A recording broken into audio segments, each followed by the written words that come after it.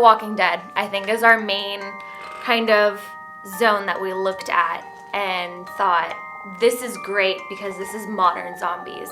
A lot of the inspirations are pulled from the movie because we are trying to match the movie as much as possible, but there's been so much more to a modern zombie than there was when Night of the Living Dead first came out.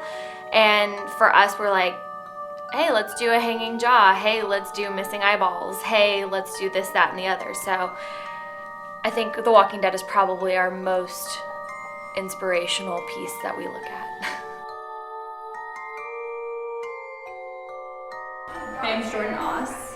I'm makeup supervisor for the entire show, and that means managing the crew and taking over the cast's makeup and designing and coming up with prosthetic ideas, all that jazz that relates to makeup.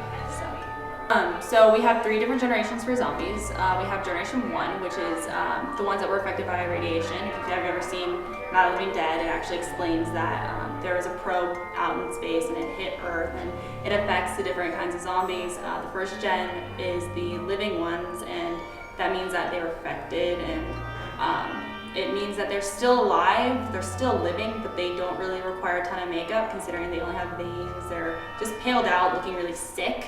So that's pretty much the easiest generation to do. Generation 2 is the gen that kind of had something happen to them. They were affected as far as injuries go, so bites from another zombie, or being in an accident, or anything related to accidents, or being affected by another zombie. They have a prosthetic. Some people do, some people don't, and again, that requires veins, that requires paling out. My makeup baby is Christopher, and I do his makeup all the time. And he requires a ton of makeup. He had a broken jaw and he's considered a greaser.